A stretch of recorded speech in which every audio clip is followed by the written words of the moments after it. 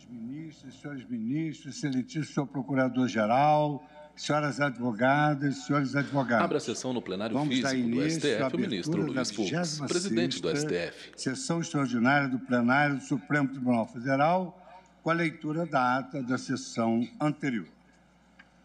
Ata da 24ª Sessão Ordinária do Plenário do Supremo Tribunal Federal, realizada por videoconferência em 1º de setembro de 2021. De pé no plenário, à esquerda do ministro-presidente, Carmelínia Oliveira de Souza, assessora-chefe do plenário. Ricardo Lewandowski, Carmen Lúcia, Mulher de pele branca, cabelos aloirados e ondulados, abaixo dos ombros, veste blusa rajada em preto e branco, saia preta e usa beca preta. Augusto Brandão de Aras. Ao fundo, parede de mármore clara. Às 14h31, sendo lida e aprovada a ata da sessão anterior.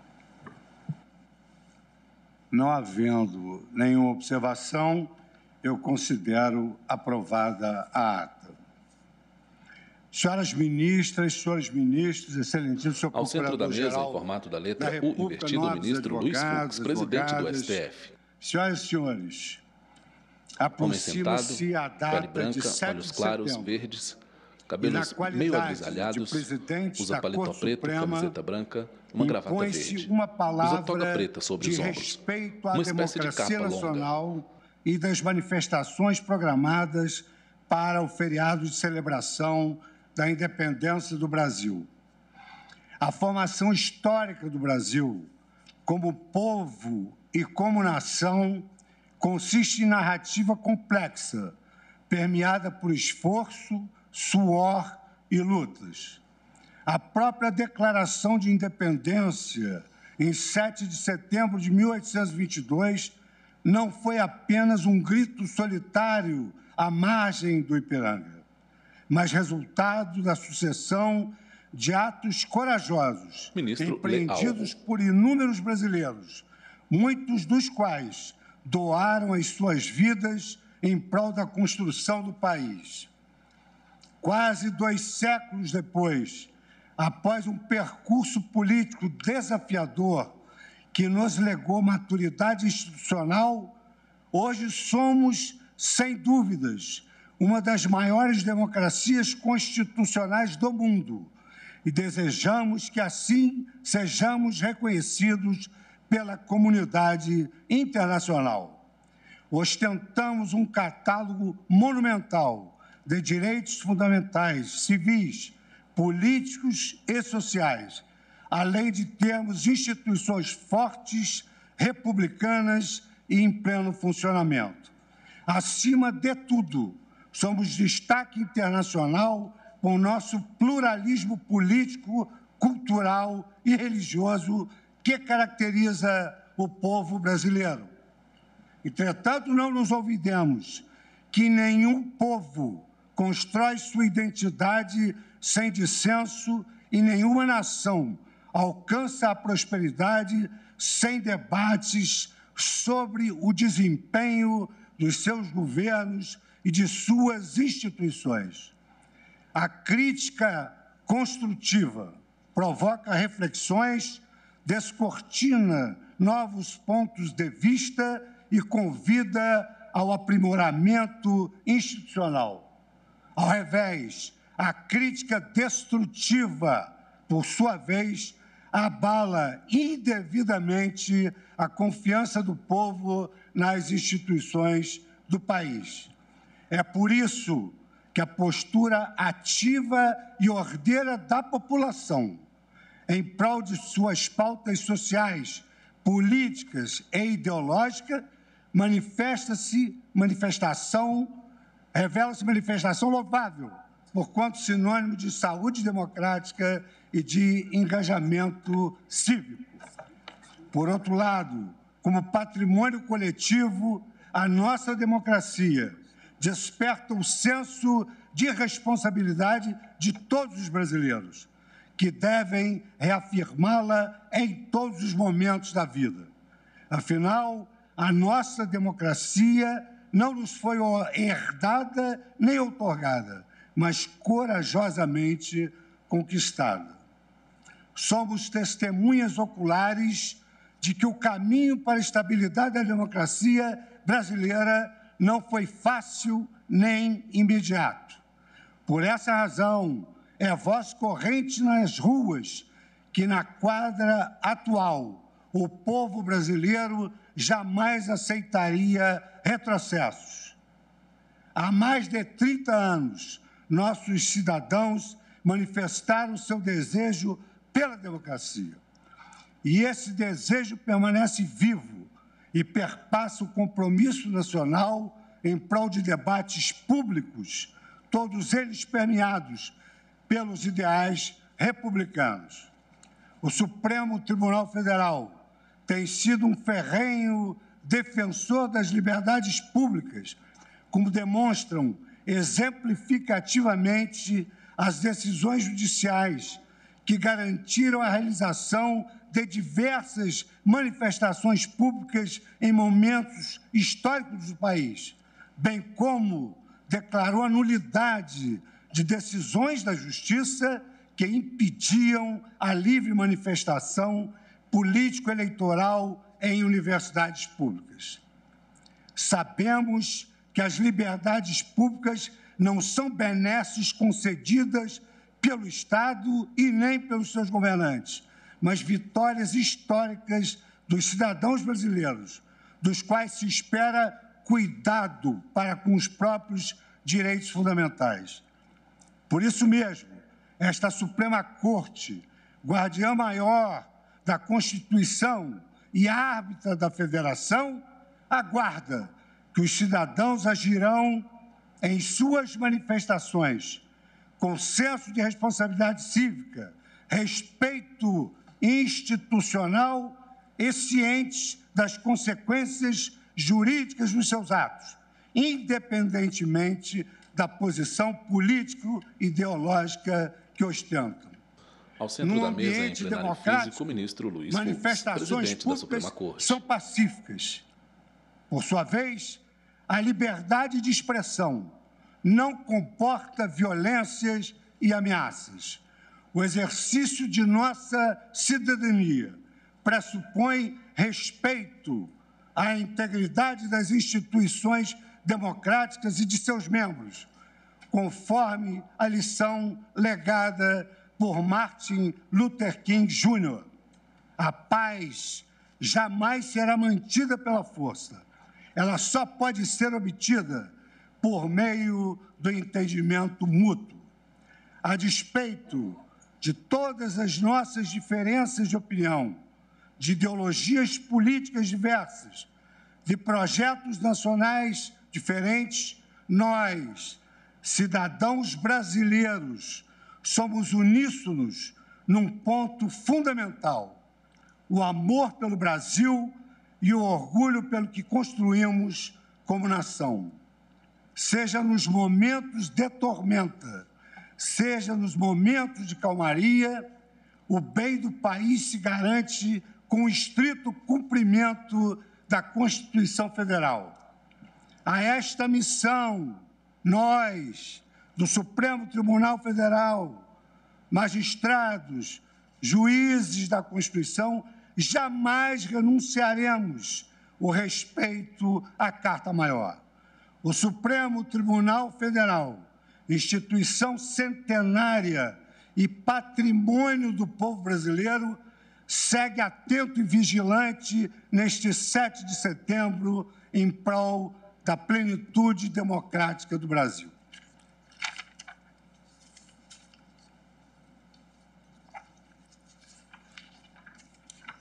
Passo agora a retomar o julgamento com as sustentações orais que iniciamos ontem no recurso extraordinário 1.017.365. Dando continuidade às sustentações orais, eu concedo a palavra ao amicus curiae, comunidade indígena do povo Xacriabá, que será representado pela doutora Letícia Reis de Guimarães, que disporá, assim como ontem, o plenário do STF julga recurso que discute o marco temporal para a demarcação de terras indígenas. Boa tarde, excelentíssimo senhor doutor ministro presidente, na pessoa em que cumprimento todas e todos que estão aqui presentes. Eu gostaria de cumprimentar também os povos indígenas que compõem esse julgamento, saudando o povo Pataxó, que na terça-feira mesmo pôde sentir na pele os efeitos de insegurança jurídica que esses povos estão sujeitos. Eu represento aqui a comunidade indígena do povo Xacriabá, de Minas Gerais, cujo primeiro reconhecimento estatal dos seus direitos territoriais data de 1728, quando a coroa portuguesa emitiu uma carta de doação ao Xacriabá, delimitando qual seria seu território, delimitado pelos rios da Carambi, Peruaçu e São Francisco, pela Serra Geral e Boa Vista, nos municípios atuais de Itacarambi, São João das Missões e Minas Gerais. Apenas um terço desse território foi, porém, demarcado. Tem-se, então, aproximadamente cerca de 70% da área que já tinha sido reconhecida, repito, como de ocupação tradicional Xacriabá, sem usufruto exclusivo dos indígenas. Ainda que o Estado, mesmo antes de ser brasileiro, já reconhecesse, né, que a terra era deles. É importante dizer que, apesar de todos os conflitos que tem na região, aproximadamente 15 mil hectares dessa área remanescente são ocupados por indígenas. Tem uma população estimada de 12 mil pessoas e que são, em número, a maior população indígena de Minas Gerais. Assim, caso a Constituição seja reinterpretada nesse julgamento e caso os direitos dos povos indígenas não sejam garantidos, cerca de 1.200 pessoas em 4 aldeias, 10% dessa população Xacriabá, pode ser retirada do seu território. Nesse processo contínuo, né, de expulsão do Xacriabá da sua terra tradicional, diversas violências foram cometidas contra eles, assim como aconteceu com os outros povos indígenas. Inclusive uma chacina de 4 lideranças, entre elas o cacique Rosalino Gomes, em 1987, justamente como uma retaliação ao avanço do processo de demarcação da terra indígena. Esse caso, inclusive, foi o primeiro em que houve condenação pelo crime de genocídio praticado contra indígenas aqui no Brasil. Eu saliento, então, que se o povo Xacriabá não ocupava todo o seu território em 88, isso aconteceu porque eles foram expulsos à bala, ou como o próprio cacique Rosalino dizia, antes de ter esse como seu destino, eles viraram adubo da sua terra para não ter que sair dela. Mais recentemente, em represália à mobilização Xacriabá contra essa ficção jurídica do marco temporal e contra o PL 490, uma escola indígena e a Casa de Medicina Tradicional foram queimadas, isso ainda esse ano. Acontece que, enquanto os invasores vêm com os fuzis, os Xacriabá produzem feijão. Até eles perderem o acesso a todos os cursos naturais de água, e aí eu quero frisar aqui que a gente está falando de uma região cerrada, uma região semiárida, que vem reconhecidamente sofrendo um processo de desertificação, os Xacriabá eram os maiores produtores de feijão do norte de Minas Gerais. Atualmente, mesmo com a maior parte do território que é ocupado por eles, sendo abastecido apenas por poços artesianos, uma vez que mesmo o acesso aos rios, né, inclusive o Rio São Francisco, que é tão caro, a cultura e a vida Xacriabá é negado, a produção tradicional e agroecológica de feijão é suficiente para a existência da comunidade indígena e para a alimentação, para a maior parte da alimentação das escolas indígenas da região. Eu pergunto aqui, então, se o discurso contrário se baseia na ideia de que os indígenas têm que produzir produtos agrícolas, como fazer isso sem a terra tradicional e sem água? E pergunto ainda, se o território tradicional já era reconhecido pelo Estado há 3 séculos, como dizer que o marco da ocupação tradicional para fins de demarcação remete a 88? Eu finalizo, né, manifestando a necessidade do provimento do recurso extraordinário, da garantia, então, dos direitos originários dos povos indígenas e da Constituição Federal. Obrigada. Muito obrigado, doutora Letícia Reis de Guimarães.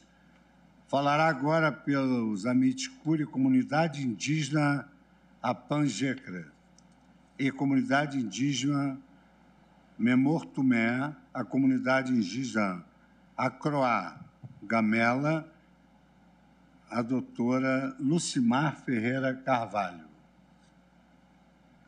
Obrigada. Boa tarde. Cumprimentando as excelentíssimas ministras e excelentíssimos ministros, ao excelentíssimo ministro relator Edson Fachin, caros colegas advogados e advogadas, Saudação também aos povos Por indígenas que videoconferência, acompanham Lucimar e Ferreira aguardam o fim Carvalho, deste pela Amicus julgamento, Curiae. particularmente aos povos indígenas no Maranhão.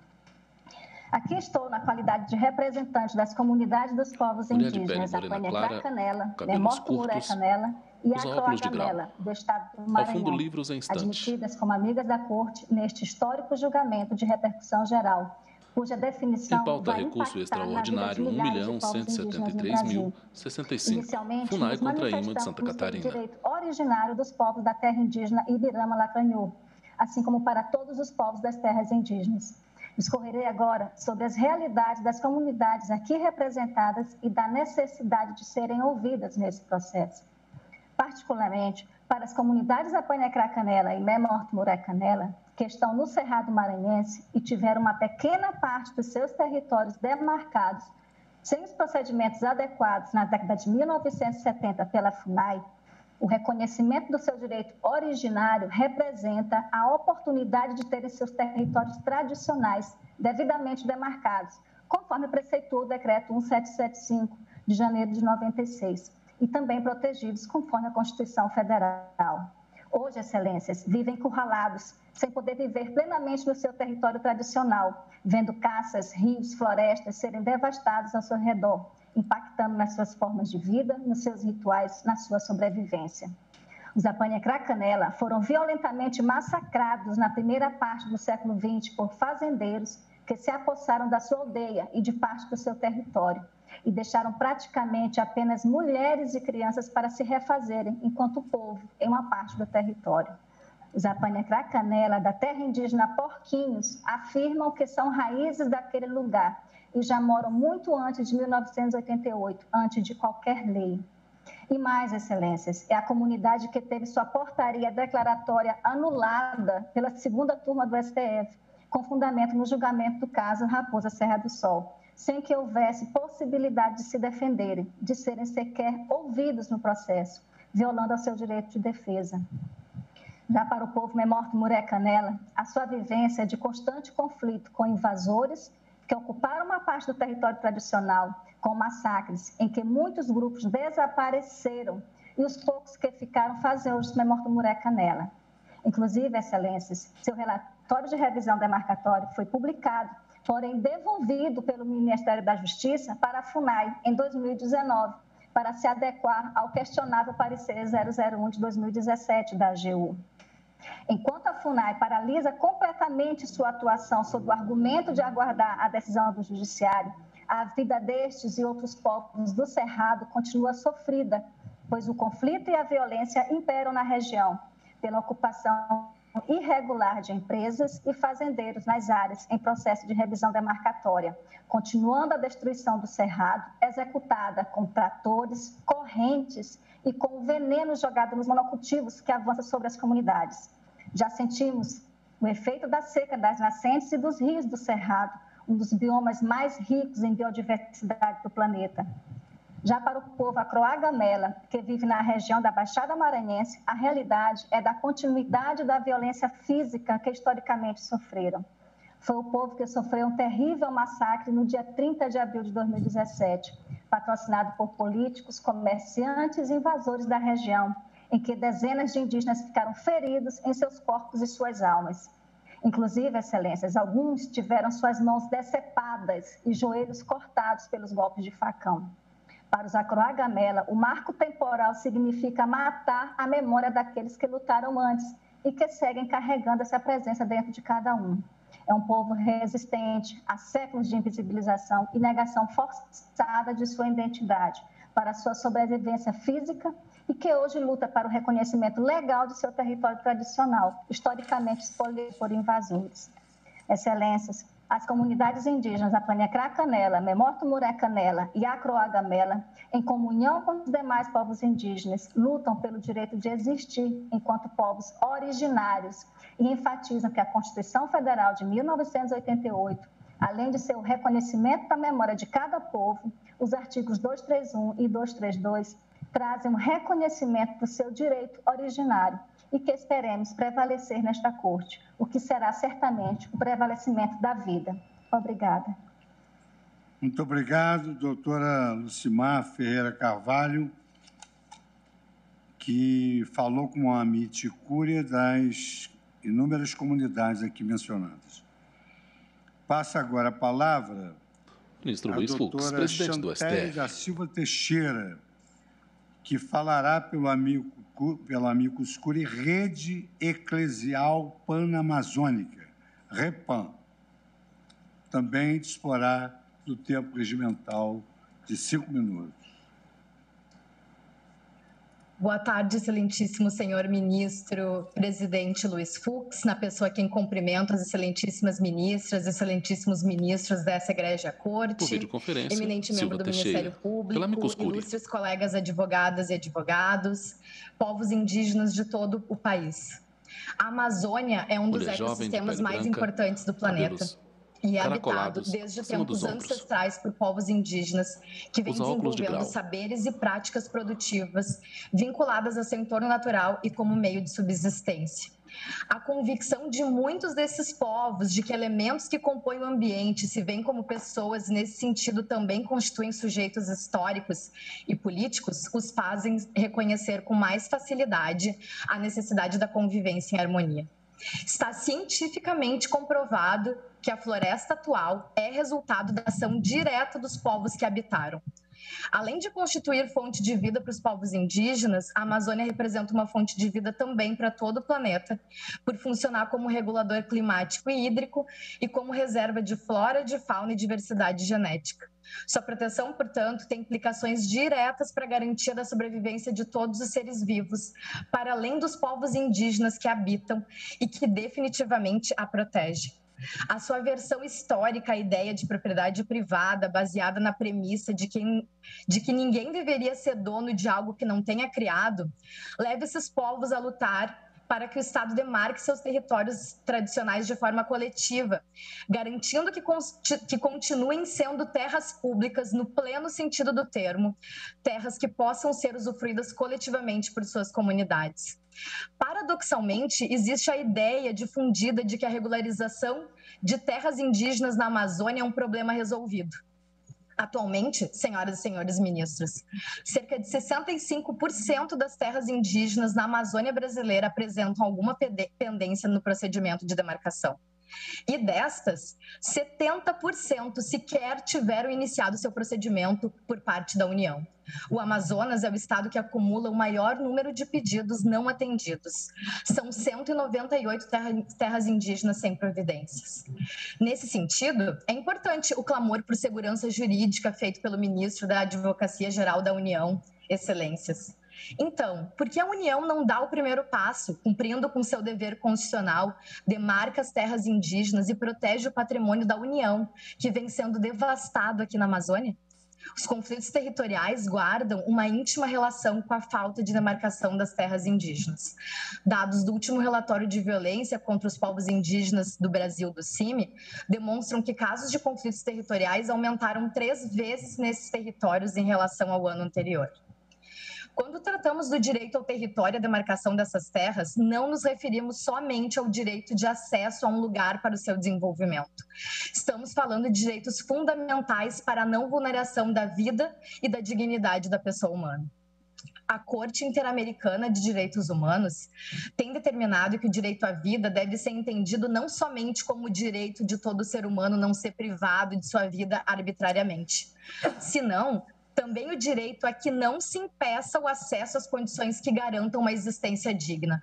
Recentemente, essa mesma Corte condenou o Estado brasileiro pela violação do direito à garantia judicial de prazo razoável e ao direito coletivo sobre o território em relação ao povo chucuru, mas determinou que o Brasil não era responsável pela violação do dever de adotar disposições do direito interno.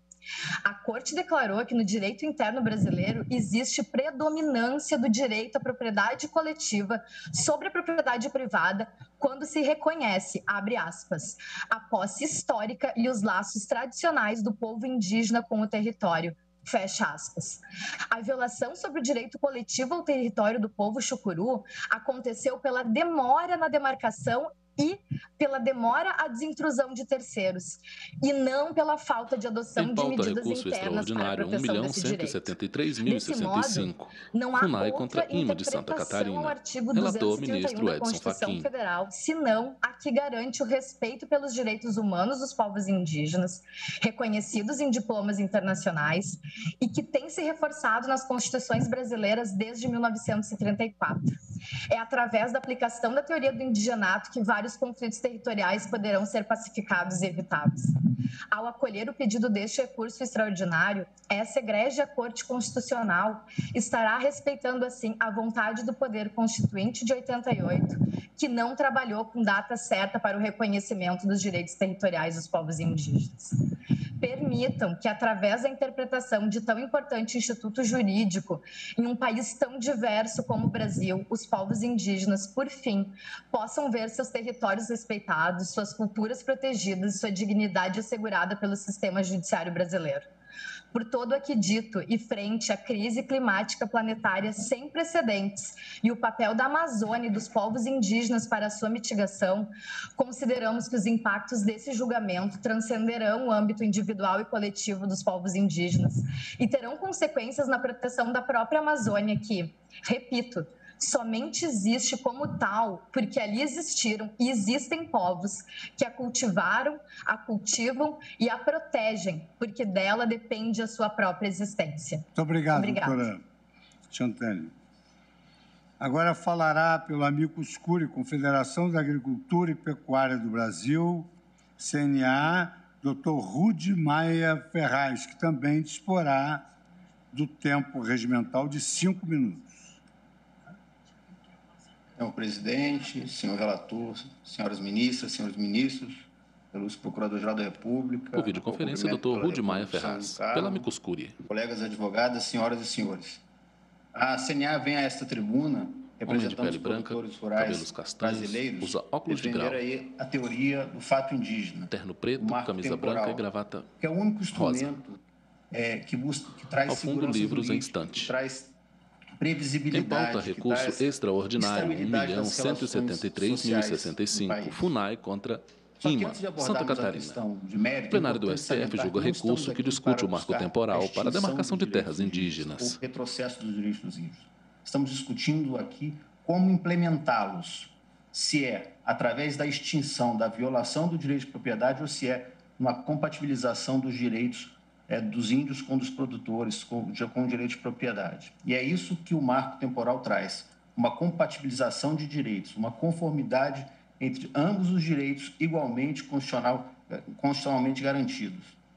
Por isso que nós entendemos que o marco temporal é o instrumento claro, interpretação unicamente possível do texto constitucional, que traz segurança jurídica, que traz balizas e contornos para garantir a implementação das demarcações de terras indígenas ocupadas até a data da promulgação, com consequente anulidade dos títulos, porém, traz também um mecanismo importante para a implementação daquelas áreas que não estavam sendo ocupadas, que é através de outros instrumentos jurídicos, como a da desapropriação. Por isso, é um referencial insubstituível para o reconhecimento dos títulos de propriedade. Então, o marco temporal é um importante instrumento de conciliação, de diálogo, que nós precisamos para resolvermos esses casos, muitas vezes no campo. Senhores ministros, senhoras ministras, é importante analisarmos os contornos e consequências deste julgamento. Dependendo das consequências, poderemos impor a um cidadão que for adquirir um imóvel ter que contratar um laudo antropológico para verificar se num passado remoto havia índios nesse imóvel, se num passado remoto esses índios saíram voluntariamente ou se seus laços efetivamente se desfizeram com a terra. Não me parece, Excelência, razoável, tendo em vista que nós, operadores do direito, não fomos zelosos a esse ponto, quiçá um cidadão comum que não tem conhecimento jurídico para tal, quiçá um produtor rural que tem pouco conhecimento jurídico para tal, que só sabe produzir alimentos no Brasil e para o mundo. Não possamos esquecer, Excelência, o precedente que foi feito, jurídico constitucional desta Corte. A força desse precedente, a confiança que esse precedente gerou para os três poderes. Esse precedente gerou reflexos no âmbito do Poder Executivo, com parecer 01 da Advocacia Geral da União. Esse precedente gerou impactos no Judiciário, pacificando isso em todos os âmbitos do Poder Judiciário. E esse precedente gerou um impacto no Legislativo, um amplo e plural debate no Legislativo através do PL 490, que está pautado no âmbito do Congresso Nacional, que é a casa legítima para proferir um debate democrático, plural, e buscar equacionar os direitos legítimos que tem sobre esse fato. Por isso, é importante avaliarmos as consequências deste julgamento. É um importante precedente que trouxe o caso Raposa Serra do Sol, buscando todos os contornos, buscando a conformidade e buscando o diálogo. Nesse debate, não precisamos de diálogo, e o marco temporal traz esse mecanismo. Nós temos o artigo 26 da Lei 6.001, que traz a criação de reservas indígenas, que é um mecanismo concreto para a solução desses conflitos, mecanismo na qual resguarda-se o direito de propriedade, porque nós não podemos viver uma cláusula de nulidade ad eternum dos títulos de propriedade, porque entender de forma diversa demandaria uma emenda constitucional que é vedado. Justamente por isso que o Constituinte buscou se limitar, estabelecer um prazo, porque ao não estabelecer um prazo, violaríamos o direito de propriedade. Por isso defendemos uma análise concreta do parágrafo 6º do artigo 231, com o artigo 67 do ADCT, buscando mecanismos de solução e pacificação dos conflitos para buscarmos a harmonia social tão desejada. Obrigado, senhor presidente. Muito obrigado, doutor Rudi Maia Ferraz, que falou pela CNA. Concedo agora a palavra... No centro da mesa, no plenário físico, o ministro Luiz Fux, presidente do STF. De Santa Catarina, que falará pelo doutor Fernando Filgueiras, procurador do Estado de Santa Catarina.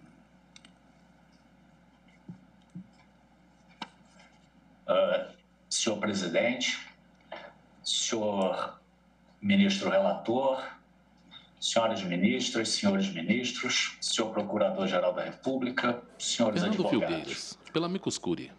Sabemos que é possível ao Homem de Poder pele clara, Constituinte cabelos ordinário curtos, usa editar paletó claro, normas com efeitos camisa branca e gravata retroativos, preta. desde que o faça por disposição expressa. Está em local parecido com E sala no de estar. caso, não há disposição expressa. Em pauta, recurso extraordinário 1.173.065. FUNAI contra IMA de Santa Catarina. Relator, ministro Edson Fachin. Plenário do STF julga recurso que discute o marco temporal para a demarcação de terras indígenas. Desde o início da colonização. Primeiramente, porque o caput do artigo 231 da Constituição assegura o direito aos indígenas sobre as terras que tradicionalmente ocupam. Não é à toa que o verbo está no presente do indicativo, é para denotar não o indigenato, mas o marco temporal, a necessária ocupação da terra quando da promulgação da Constituição. Além disso, a teoria do indigenato já foi afastada por esta Corte, não sendo, então, hermeneuticamente correto, data vênia, mais de 30 anos após a promulgação da Carta da República, mais de 20 anos do primeiro precedente, superar o entendimento para se entender agora a referida teoria como expressa na Constituição, autorizando-se efeitos retroativos gravíssimos contra outros cidadãos brasileiros que já são atualmente, em Santa Catarina, a quarta ou quinta geração daqueles primeiros colonizadores. Pelas consequências drásticas a serem suportadas por estes brasileiros, que alguns de Vossas Excelências, inclusive, tiveram a oportunidade de ver e ouvir na audiência de conciliação da ACO 1100, é daqueles cidadãos que estamos falando, que dedicaram seu trabalho, sua vida, geração após geração, ao desenvolvimento de Santa Catarina e do país. Não é aceitável a tese de que a Constituição Cidadã tenha reconhecido aos indígenas o direito as terras ocupadas em tempos imemoriais e, de outro lado, tenha conferido àqueles outros brasileiros, pequenos produtores catarinenses e do Brasil, uma penalidade, ou seja, o despejo com recebimento apenas de singela indenização relativa às benfeitorias de boa-fé. Então, já concluindo, senhor presidente, é importante dizer que o marco temporal, a parte de ser hermeneuticamente correto, resolve o conflito com razoabilidade, já que não deixa nem os indígenas, nem os proprietários desprotegidos, considerando-se que pode a União utilizar-se da desapropriação por interesse social e destinar áreas à posse e ocupação dos indígenas, assegurando a eles meios de subsistência, assegurando aos proprietários o direito à indenização prévia e plena, e não apenas pelas benfeitorias de boa-fé, e, por fim, garantindo à sociedade paz social, segurança jurídica e estabilidade. Portanto, senhor presidente, senhores ministros, o Estado de Santa Catarina, na qualidade de amicus curiae, requer o desprovimento do recurso, mantendo-se a jurisprudência da Corte, e agradeço, então, a atenção de Vossas Excelências. Muito obrigado. Procurador Dr. Fernando Filgueiras, procurador do Estado de Santa Catarina. Falará agora pelo amicus curiae Associação Brasileira dos Produtores de Soja, a APROSOJA, o Dr. Luiz Fernando Vieira Martins. Excelentíssimo senhor ministro-presidente, excelentíssimo ministro relator, Edson Fachin, excelentíssimas senhoras ministras, excelentíssimos senhores ministros, Luiz Fernando Vieira Martins, procurador-geral da República, demais presentes, uma boa tarde a todos. Bem, excelências, para a análise da presente matéria, em termos de segurança jurídica, é indispensável a adoção de critérios objetivos. O parágrafo 2º do artigo 231 da Constituição deixa explícita a necessidade de que a posse seja atual.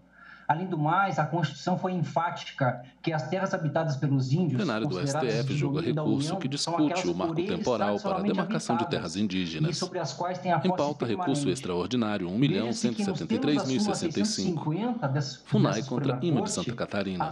Relator ministro Edson Fachin. Do artigo 20 da Constituição não abrange terras em um passado remoto. Tenham sido ocupadas por... Não abrange terras que em um passado remoto tenham sido ocupadas por indígenas. Em outras palavras, a partir da leitura da súmula 650, é possível inferir que o fato indígena está condicionado à ocupação como limite geográfico e à atualidade como limite temporal. A propósito, tais condições, excelências, foram corretamente observadas no julgamento da PET 3388, que é o caso Raposa Serra do Sol. Desta forma, a necessidade de balizas para o limite geográfico e temporal é imperativa para conferir a segurança jurídica que o caso reclama. Nesse sentido, surge a seguinte indagação: qual é o marco temporal para o reconhecimento aos índios dos direitos sobre as terras que tradicionalmente ocupam? O tal questionamento, excelências, foi respondido com inteira propriedade pelo ministro Mar Galvão, em parecer que analisou o contexto histórico-jurídico do caso concreto. Ou seja, desde o chamado direito de conquista, passando pelo indigenato, aldeamento, reservas indígenas extintas, Constituição de 1891, terras devolutas, até chegar à atual Constituição. Na espécie, excelência, a conclusão do parecer foi no seguinte sentido: a posse efetiva, em 5 de outubro de 1988, de área que já era aldeamento indígena em 1891, é requisito para a definição de terras indígenas, quer seja para ampliação das atuais demarcações, quer seja para as novas demarcações. Tal parecer, excelências, esclareceu também que, na hipótese de ampliação ou nova demarcação de terras indígenas, deve ser assegurado o direito à justa indenização aos atuais proprietários. Ora, não é crível que pessoas que adquiriram terras com justo título, de boa fé, em conformidade com a legislação brasileira, na eventualidade de perder o domínio em razão de demarcação de terra indígenas, não tem direito à indenização.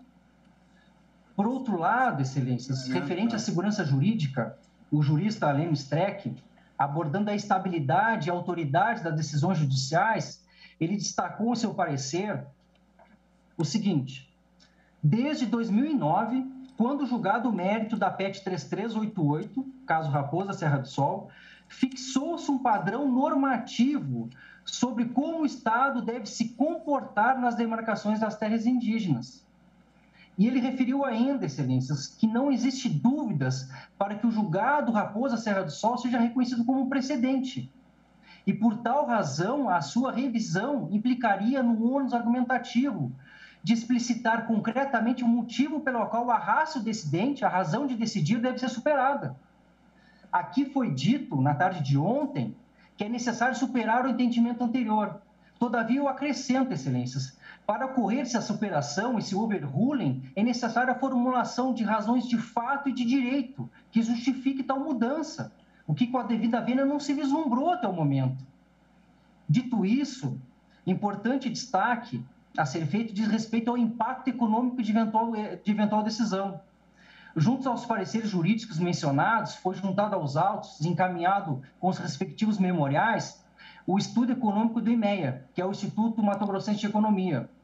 Nesse estudo, foi apurado que somente no estado de Mato Grosso, o impacto econômico em pauta, recurso extraordinário, 1.173.065, FUNAI contra Instituto do Meio Ambiente de Santa Catarina. Relator, ministro Edson Fachin. Por fim, pertinente esclarecer e ressaltar que um dos direitos fundamentais do ser humano é a alimentação.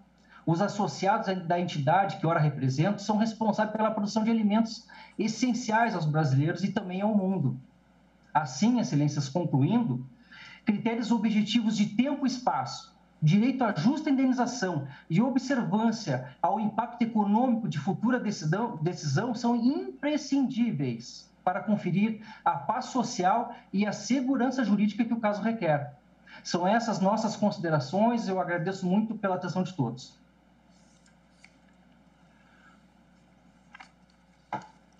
Muito obrigado, doutor Luiz Fernando Vieira Martins. Ministro, o presidente tem alguns papéis em suas mãos. AproSoja.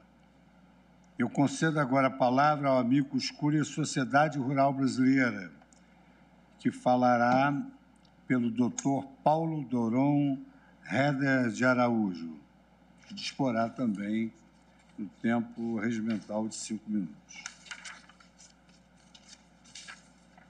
Excelentíssimo senhor presidente, excelentíssimo senhor ministro relator, Paulo Doron Heder de Araújo, pelo amigo Cuscuri.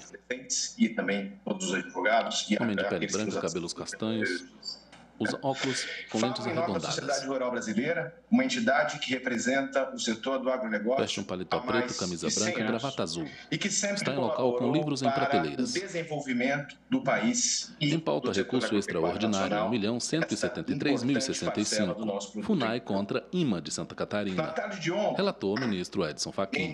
Doutora Débora Duprá, plenário do STF julga recurso que discute o marco temporal para a demarcação de terras indígenas. A Foucault. E eu, para colaborar com o diálogo, gostaria de iniciar fazendo referência a um outro jusfilósofo, a um outro pensador, me parece, possa agregar algo à discussão que estamos a tratar. Gostaria de me referir a Niklas Luhmann, o jusfilósofo alemão, que durante boa parte de sua obra tratou de entender a importância do conceito de confiança para a ordem social e a ordem jurídica. E, senhores, este caso resume-se à ideia de confiança com relação à ordem constitucional vigente a partir de 1988. Não é por outra razão que, em parecer trazido aos autos pela Sociedade Rural Brasileira, de lavra do eminente ministro Moreira Alves, está escrito com todas as letras, e conforme já foi dito pelos colegas que me antecederam, que o texto literal, a interpretação gramatical e a maneira mais, vamos dizer assim, clara de ler o artigo 231 é no sentido da afirmação da tese do marco temporal. até porque o verbo foi empregado no presente. Mas o que é curioso e me causou espécie ao longo dessas discussões que estamos travando, já se vão 2 tardes, é que, ao discordar do marco temporal, ao trazer argumentos contrários a essa posição, não houve sequer uma única referência da tribuna ao conceito de esbulho remitente, que é um conceito que trabalha justamente como um fator de ponderação do marco temporal. É mediante o conceito de esbulho renitente, que foi inclusive reafirmado pelo Supremo, cerca de 20 anos depois da entrada em vigor da Carta Constitucional, já lá em 2009, no julgamento do caso Raposa Serra do Sol, que é permitido, sim, no processo de demarcação, ultrapassar a data de 5 de outubro de 1988, em caso de desapossamento violento e ilegal de indígenas.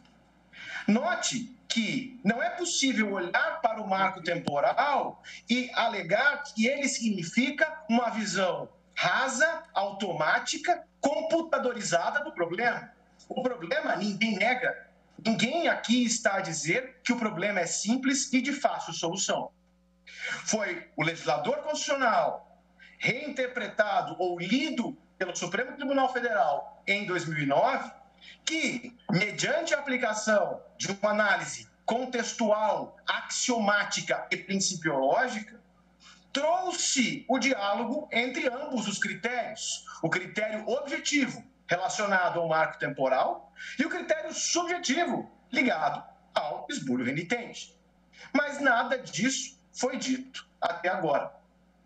É preciso confiar nas instituições, é preciso confiar no Supremo Tribunal Federal. E esta confiança reside justamente na ponderação que é a função precípua deste pretório excelso.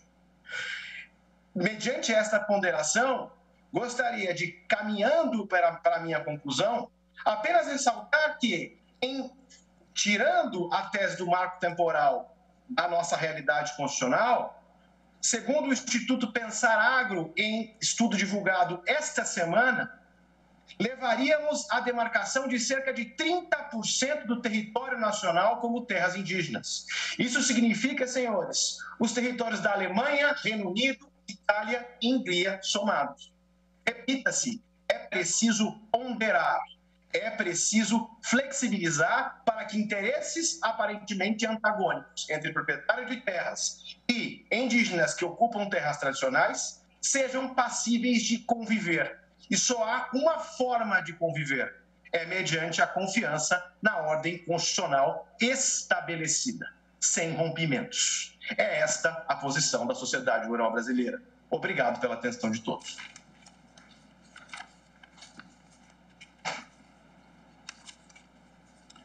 Muito obrigado. Ministro Luiz Fux, presidente do STF. Doutor Paulo Doron, que falou pela Sociedade Rural Brasileira.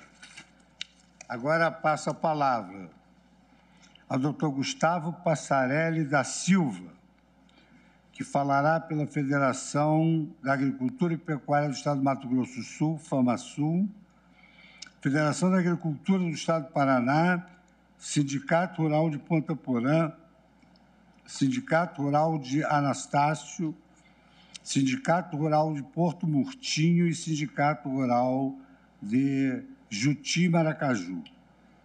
Vossa Excelência, doutor Gustavo, tem a palavra pelo tempo regimental de 5 minutos.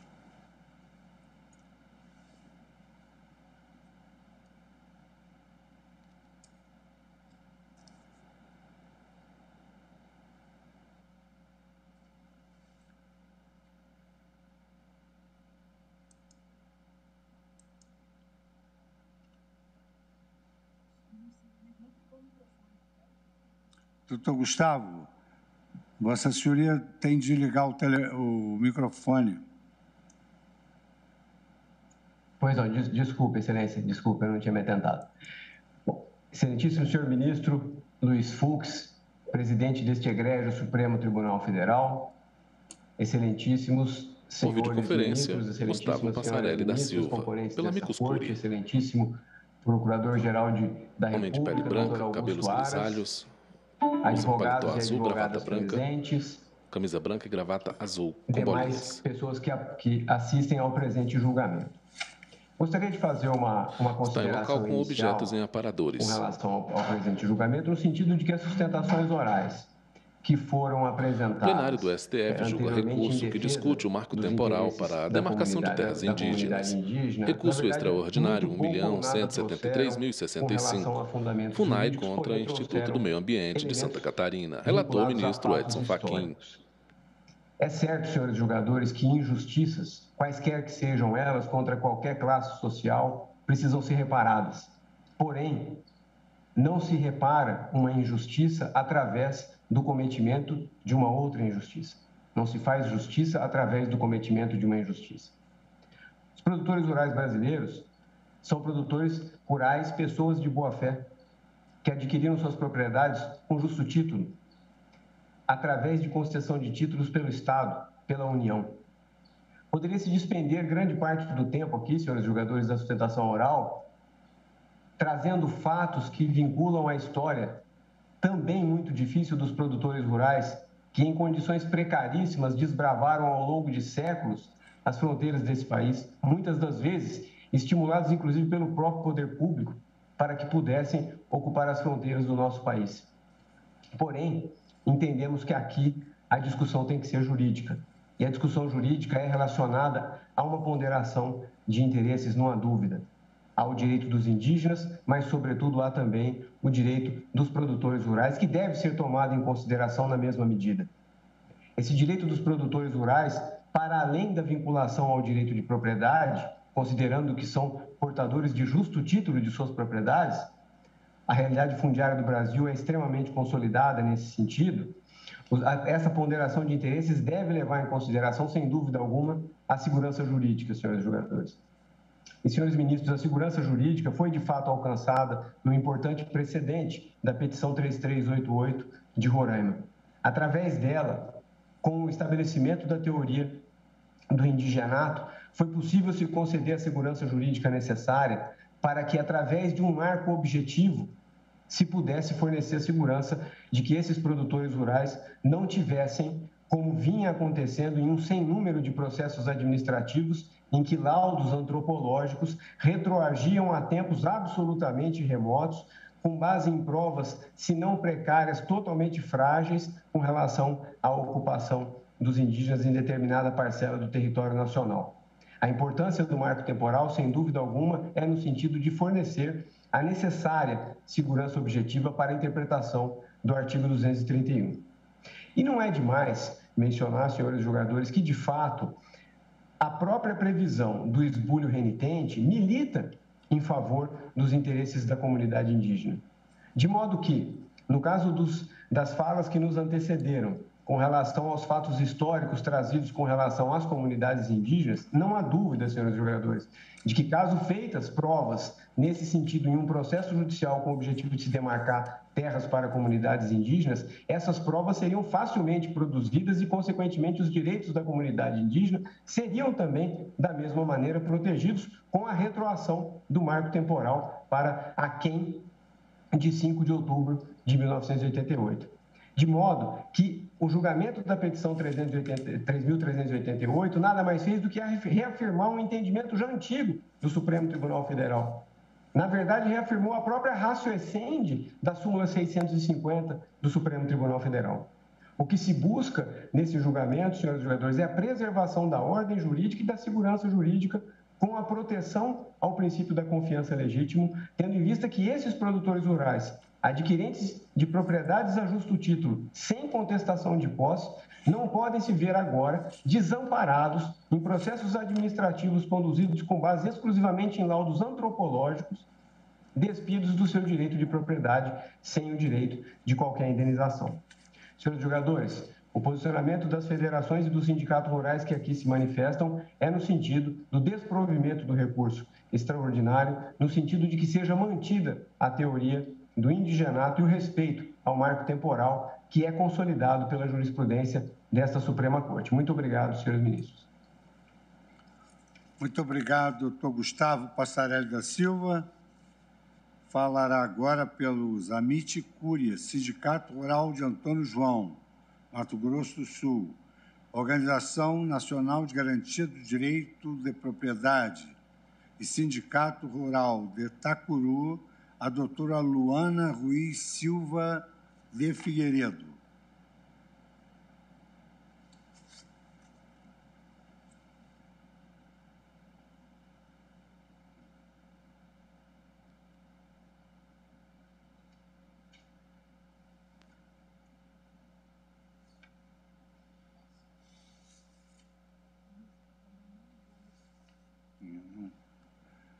Doutora Luana, Vossa Senhoria também tem de ligar o microfone. Voltou? Voltou. Pois não. Está ok? Tá. Peço desculpa, vou recomeçar. Excelentíssimo presidente, ministro Luiz Fux, excelentíssimo ministro relator Edson Fachin, excelentíssimos ministros, excelentíssimas ministras, excelentíssimo procurador-geral da República, Luana Ruiz Silva de Figueiredo, pela Amicus Curiae.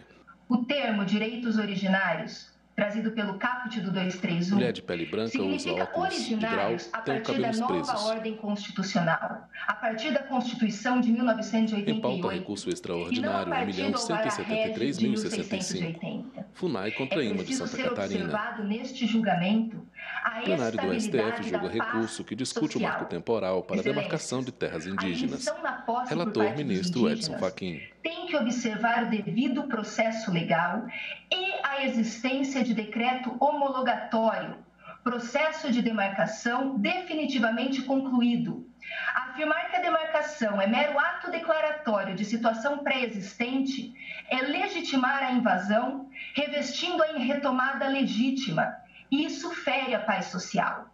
A jurisprudência desta Suprema Corte, no MS 26387, sobre o princípio da confiança legítima, de relatoria do ministro Fux, diz que, abre aspas, o princípio constitucional da segurança jurídica interdita condutas estatais que frustrem expectativas legítimas despertadas no cidadão por atos próprios do poder público, revelando-se imperioso o respeito aos efeitos concretos e já consolidados de atos pretéritos praticados pelas instituições políticas, administrativas e judiciárias. O revolvimento pelo STF da definição do Estatuto Jurídico Constitucional das relações de posses das áreas de tradicional ocupação indígena, à luz das regras expostas no artigo 231, nega a existência da força normativa do Estado, uma vez que esta mesma Suprema Corte já havia estabelecido com profundidade e precisão referido Estatuto Jurídico quando do julgamento da Raposa Serra do Sol, tendo fixado o marco temporal de 88 no rol das salvaguardas institucionais na definição de terras indígenas, tendo essa jurisprudência fluído por longo período de tempo, culminado por consolidar justa expectativa no espírito dos cidadãos brasileiros, incutindo no seio da sociedade a confiança da plena regularidade dos atos estatais praticados, em especial quanto ao direito de propriedade, de modo que o revolvimento da matéria que ora se pretende neste julgamento compreende uma ruptura abrupta da situação de estabilidade que se erigiu no contexto social, econômico e político do país, ferindo a confiança legítima que o cidadão deposita no poder público. O julgamento de hoje não se trata de direito de propriedade versus direito territorial indígena, pois não existe conflito entre esses direitos. O conflito é uma criação artificial de berço ideológico.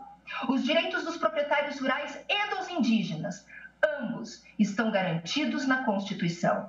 Enquanto o indigenato segrega a sociedade brasileira, nega o direito de propriedade, culminando em risco as liberdades dos brasileiros e a estabilidade do Estado democrático de direito, o marco temporal, ao contrário, recepciona e acomoda todos nós e não reflete retrocesso, não havendo subtração de direitos. O marco temporal garante os direitos dos índios? Sim, pois persiste a garantia aos índios das terras a eles imprescindíveis, mesmo quando não tradicionalmente habitadas em 88, podendo ser transformadas em reservas indígenas com a desapropriação do proprietário mediante justa e prévia indenização. Atende-se os índios e garante-se o direito de propriedade, havendo harmonia entre ambos os direitos. Excelências, não existe espaço no debate intelectualmente honesto para dizer que a fixação do marco temporal subtrai direitos. Quem verdadeiramente subtrai direitos é a tese do indigenato. Há espaço para todos nós na Constituição Federal e é isso que se busca, harmonia entre os direitos. Muito obrigada, presidente. Eu agradeço a intervenção da doutora Luana Ruiz Silva de Figueiredo, que falou pelo Sindicato Rural de Antônio João, Organização Nacional da Garantia de Direito de Propriedade e Sindicato Rural de Itacuru. Falará agora pelo Sindicato Rural de Carapó, o amigo escolha do Dr. Cícero Alves da Costa, que também disporá do tempo regimental de 5 minutos. Senhor presidente, senhor relator, senhoras ministras, senhores ministros, senhor procurador-geral da República, por videoconferência, Cícero Alves da Costa, pela Micoscúria do Direito, boa tarde. Represento o Sindicato Rural de Carapó, Estado de Mato Grosso do Sul, do presente RE, o qual visa homem de pele branca, cabelos grisalhos, do PRF-4, usa óculos, paletó cinza, camisa branca, gravata quadriculada. O relator já sinalizou está em local com livros em estante. O parecer da PGR é favorável. A motivação do provimento está calcada na incontrovérsia de que terras particulares plenário do STF julga recurso que discute o marco temporal para a demarcação de terras indígenas. Algum direito a ser recurso extraordinário 1.173.065, FUNAI contra IMA de Santa Catarina. Relator o ministro Edson Fachin. Assentou que não, aspas, os índios, na data da Constituição Federal, se ocupavam determinado território, essa área, na qual e da qual viviam, é que se mandou respeitar. Logo, fica evidente que terras originárias sem ocupação efetiva de índio não geram direito indígena e nem domínio em favor da União. Todavia, o relator anda na contramão. A ele não há esbulho possessório indígena no caso, porque a invasão indígena às terras da recorrida é mera retomada de terras originárias de ocupação de índios. Imperioso lembrar que a repercussão geral está reconhecida na aparência de que é válido criar terras indígenas com terras originárias de ocupação de índios. Contrapondo tal posição, o plenário da Corte já assentou no voto do ministro Moreira Alves, RE 249705-SP, aspas, os bens da União retratados nas terras indígenas não abarcam terras que só em tempos imemoriais foram ocupadas por indígenas. Assim também decidiu a Corte no RMS 29087, no RE 219983 e, muito presentemente, no RMS 32743. A matéria já está sumulada, senhor presidente. Aspas, terras indígenas não se materializam com terras ocupadas pelos índios em passado remoto, súmula 650. Assim, a toda evidência, não há lugar para o indigenato na solução do caso em julgamento. A própria Corte, no RMS 22021, assentou que a demarcação administrativa sobre terras originárias de ocupação de índios materializa confisco. Mas o que está por trás dessa contradição na Corte? Concretamente, o que se sabe é que prover o RE no entendimento do relator é um assinte, viola a Constituição, o ordenamento jurídico, a ordem pública, a jurisprudência da própria Corte. Senhor presidente, dentre dois caminhos na solução do caso, a Corte pode lacrar o já combalido direito de propriedade com o indigenato ou o respeita e faz com que o respeite em provendo o RE. Nessa esteira, o AMIS manifesta pelo não conhecimento ou improvimento do RE, manifesta pela revogação da suspensão imposta pelo relator, que paralisa o andamento das ações possessórias, anulatórias, de processos administrativos de demarcação e recursos inerentes. É razoável e necessária a suspensão imediata. É manifesta ausência de repercussão geral no caso. A Corte com a palavra. Obrigado, senhor presidente. Muito obrigado, doutor Cícero Alves da Costa, que falou pelo Sindicato Rural de Carapó. Ministro Luiz Fux, presidente do STF. Agora a palavra a doutora Jaqueline Mialque Silva, que falará pelo Movimento de Defesa da Propriedade e Dignidade do município de Cunha Porã e município de Saudades. Vossa Senhoria tem a palavra pelo tempo regimental de 5 minutos. Boa tarde a todos. Excelentíssimo senhor, ministro-presidente Luiz Fux e demais componentes deste colendo Supremo Tribunal Federal. Por videoconferência, a doutora Jaqueline Mialque Silva, pela Amicus Curiae. Município de Saudades, município de Cunha Porã e mulher de pele o movimento parda, cabelos em defesa castanhos, da propriedade, composto por pequenos proprietários rurais do oeste de Santa Catarina. Está em local com quadro na parede. Inicialmente, cabe salientar que meus clientes não são grileiros, não são garimpeiros. O plenário do STF julga recurso que discute o marco temporal para a demarcação de terras indígenas. Recurso extraordinário 1.173.065. FUNAI contra a IMA de Santa Catarina. Relator ministro Edson Fachin. Não se nega, mas a ponderação é necessária. É necessária e a tese do marco temporal é que permite esta ponderação. Neste aspecto, com a máxima vênia, não pode prevalecer o voto do ministro Edson Fachin. Tendo em vista a exiguidade do tempo, vou me reportar ao parecer que está anexo aos autos de um dos nossos maiores constitucionalistas, o jurista Lênin Streck, cuja equipe é chefiada por outro grande jurista, André Caran Trindade. E o parecer do doutor Lênin Streck analisa tecnicamente a questão e não ideologicamente. E a análise deve ser técnica e não ideológica, sob pena de se comprometer com a segurança jurídica.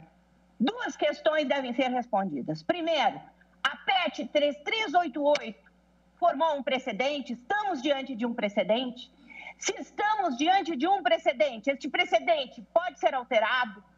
Parece evidente que, em sentido material, sim, a PET 3388 traz um precedente. Tanto que o ministro Barroso, nos embargos de declaração da PET 3388, reconhece expressamente a força moral, efetivamente, do julgamento, a força moral e persuasiva. Essa força moral e persuasiva foi reconhecida em inúmeros julgados dessa corte, em que foram relatores, ministra Carmen Lúcia, ministro Gilmar Mendes, o saudoso ministro Teori Albino Zavascki, ministro Luiz Fux. Então, parece evidente que materialmente não há dúvidas que efetivamente estamos diante de um precedente. Se estamos diante de um precedente, é possível a sua revisão? É possível o overruling? É.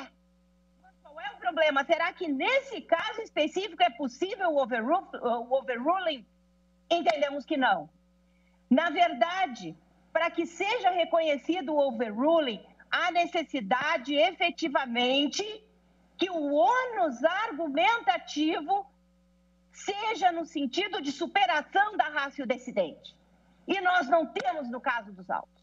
Os argumentos que são colocados pelo ministro Fachin em seu voto não há nenhuma razão para se superar a jurisprudência de 12 anos dessa corte. Nós temos dois argumentos que são colocados. Primeiro, razões históricas que não são suficientes para se superar um precedente, para o overruling. E há também uma outra razão que o ministro Fachin elenca, que me parece que não está demonstrada nos autos. O ministro Fachin refere que, após o julgamento do caso Raposa Serra do Sol, houve um acirramento dos conflitos, efetivamente piora da qualidade de vida dos índios. Ora, Excelência, não existe prova disso nos autos. E nós não podemos partir de ilações, de suposições para se modificar um precedente, sob pena de se comprometer a segurança jurídica. Segurança jurídica essa, Excelência, que foi, inclusive, sustentada pelo ministro Fachin no RE 655-265, em que eu tive oportunidade de sustentar aqui na tribuna. Então, nesse RE, o ministro Fachin expressamente reconheceu a necessidade de unidade do direito e estabilidade aos precedentes dessa Corte em nome da segurança jurídica.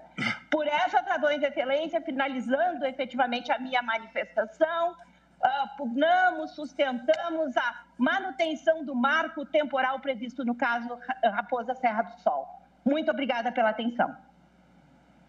Muito obrigado, doutora Jaqueline. Com a palavra o ministro Luiz Fux, presidente do STF. Que se manifestou pelo Movimento de Defesa da Propriedade e Dignidade, município de Cunha Porã e município Saudades. Falar agora pelo Amicus Curiae Sindicato Rural de Porto Seguro, o doutor Flávio Roberto dos Santos, que também disporá do tempo regimental de 5 minutos concedido aos demais Amicus Curiae. Boa tarde, excelentíssimo ministro presidente Luiz Fux. Em nome de quem cumprimento todos os demais ministros presentes a essa sessão e a todos que nos assistem. Dr. Flávio Roberto dos Santos. Concedido, passarei diretamente à sustentação. O artigo 231 da Constituição Federal, ele é categórico ao afirmar que homem de pele clara, cabelos pretos, usa barba e óculos de grau. Está em local com livros em aparador. Ou seja, ocupação, habitação indígena em caráter permanente. O plenário do STF julga recurso que discute o marco temporal para a demarcação de terras indígenas. Recurso extraordinário 1.173.065. FUNAI contra IMA de Santa Catarina. Relator ministro Edson Fachin. 650 aquitada, onde categoricamente afirma que os incisos 1 e 11 do artigo 20 da Constituição Federal não alcançam terras de aldeamentos extintos ainda ocupados por indígenas em passado remoto. Ou seja, a tradicionalidade é caracterizada pela ocupação, limite geográfico, e a atualidade, limite temporal, preservando com isso o imperativo princípio constitucional da segurança jurídica. Sobre essa mesma segurança jurídica, essa Corte assim posicionou. Peço vênia para ler um trecho do acórdão da PET 3388 do caso Raposa Serra do Sol. Abre aspas. A data de verificação do fato em si da ocupação fundiária é o dia 5 de outubro de 1988, nenhum outro. Com isso se evita, a um só tempo, a fraude da subitânea proliferação de aldeias, sob o único propósito de artificializar a expansão dos limites de demarcação e a violência da expulsão de índios para descaracterizar a tradicionalidade da posse das suas terras. Excelências, esse precedente histórico, consagrado e amplamente aplicado por essa Corte, consolidou o marco temporal, garantindo a segurança jurídica e o direito dos índios e dos não índios, inclusive dos produtores e suas famílias, a quem aqui represento, que serão diretamente afetados e que também são brasileiros e dependem de suas terras para sobreviver. Por isso, o marco temporal deve prevalecer. Ademais, sem querer ser enfadonho, mas já repetindo o que outros colegas já disseram, é muito importante trazer a essa tribuna a lição do professor Lênio Streck, no parecer juntado a estes autos, onde ele mesmo afirma: no caso sob exame, em especial no voto lançado pelo eminente relator, não é possível identificar a priori as razões de direito e muito menos razões de fato que levam à sua proposta de revisão do precedente Raposa Serra do Sol, por meio desse caso específico, cuja repercussão geral foi reconhecida sobre o tema 1031. Em suma, o recurso extraordinário não pode ser pretexto para, abdicando do exame concreto, renunciando à discussão sobre a ratio decidendi do presente julgamento, simplesmente se alterar um histórico julgamento dessa Corte brasileira. Fecho aspas. Aqui não estamos diante de retirada de qualquer direito dos índios com marco temporal. Esses direitos permanecerão garantidos como sempre estiveram. Basta a aplicação do Estatuto do Índio, implementando quanto ali disposto, bem como, por exemplo, a Constituição de Reservas Indígenas e outros instrumentos já previstos em nossa legislação. Com isso, ministros, garantindo aos índios o direito à cultura, seus usos, costumes e tradições. O marco temporal não representa, ao contrário do aqui disposto, um retrocesso, e sim um avanço, uma segurança jurídica plena. Caso não prevaleça o marco temporal, que se espera que não irá acontecer, estaremos diante de uma insegurança jurídica sem precedentes nesse país, já que toda propriedade poderá ser objeto de demarcação. Assim, não deve ser provido o RE, ora combatido, prevalecendo o entendimento consolidado nesta Corte através da PET 3388, caso Raposa Serra do Sol e suas condicionantes, preservando, assim, o direito dos índios, dos não índios e dos brasileiros. Obrigado, presidente.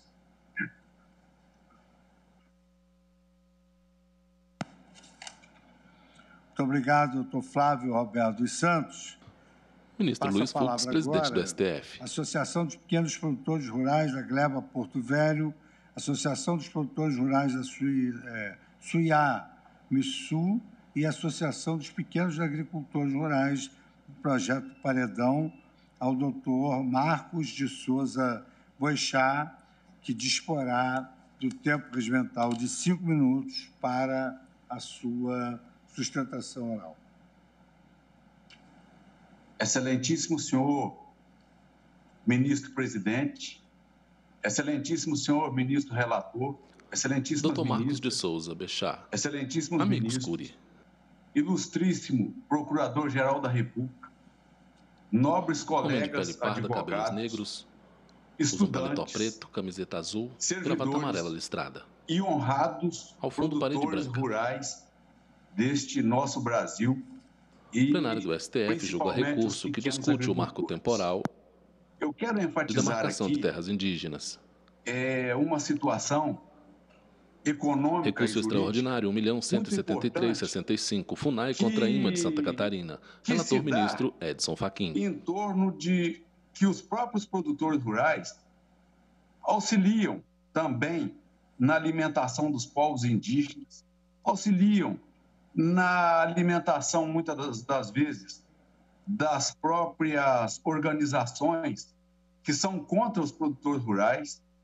E quero aqui, eu sou economista também, sou economista, perito judicial, e eu quero trazer aqui uns números enfatizando a situação da quebra dos princípios constitucionais da razoabilidade e proporcionalidade. Nós temos, por exemplo, no Mato Grosso, são duas comunidades indígenas, a Urubu Branco e a Marauá-Sede. Na Urubu Branco, são 168 mil hectares, divididos por 583 índios, o que dá uma média de 288 hectares para cada índio. Nós temos, na Marauá-Sede, 165 mil hectares para 781 índios, o que dá 211 hectares para cada indígena. Nós temos, só para nós entendermos aqui melhor, a comunidade Apitereua, no Pará, são 773 mil hectares, dividido para 729 índios, o que dá uma média de 1.060 hectares para cada indígena. Nós temos, por exemplo, a Ibirama lá, Clanô, com 37 mil hectares para 2.057 índios, o que dá 17 hectares para cada índio. O que acontece é que ao ferir o princípio da razoabilidade e proporcionalidade, nós podemos comparar também numa condição internacional, onde a Bolívia disponibiliza 4 hectares para cada índio, os Estados Unidos 9 hectares para cada índio, a África do Sul 17 hectares, a Colômbia 24 hectares, o Canadá 164 hectares, enquanto o Brasil 239 hectares para cada indígena. O que resta esclarecer também é que o INCRA tem um trabalho que ele fornece para cada família, que preenche os requisitos, ele dá para cada família de 8 a 20 hectares para uma família. Então, o que a gente busca é o princípio da razoabilidade e proporcionalidade. E o que eu quero enfatizar aqui também é com relação aos laudos antropológicos. Os laudos antropológicos, eles têm em sua raiz, muitas das vezes, uma situação equivocada, envolvendo muitas ideologias, que vai contra o homem do campo, o trabalhador rural e aos próprios indígenas. E assim sendo, eu quero agradecer a oportunidade de estarmos juntos. Eu quero requerer, pela improcedência do recurso, do presente recurso, a procedência da manutenção do marco temporal, pela procedência da aplicação dos princípios constitucionais, da razoabilidade, proporcionalidade e a revisão dos laudos antropológicos e decretos que foram feitos contrariando tais princípios constitucionais. Muito obrigado. Pede deferimento. Muito obrigado, doutor Marcos de Souza Boixá. No plenário físico do STF, o ministro nós chegamos ao horário Fux, das audiências. Eu vou suspender a sessão. Depois nós prosseguiremos com as últimas 3 sustentações do amicus curiae e com a fala de Sua Excelência o Procurador-Geral da República. Então, suspendo a sessão pelo tempo regimental.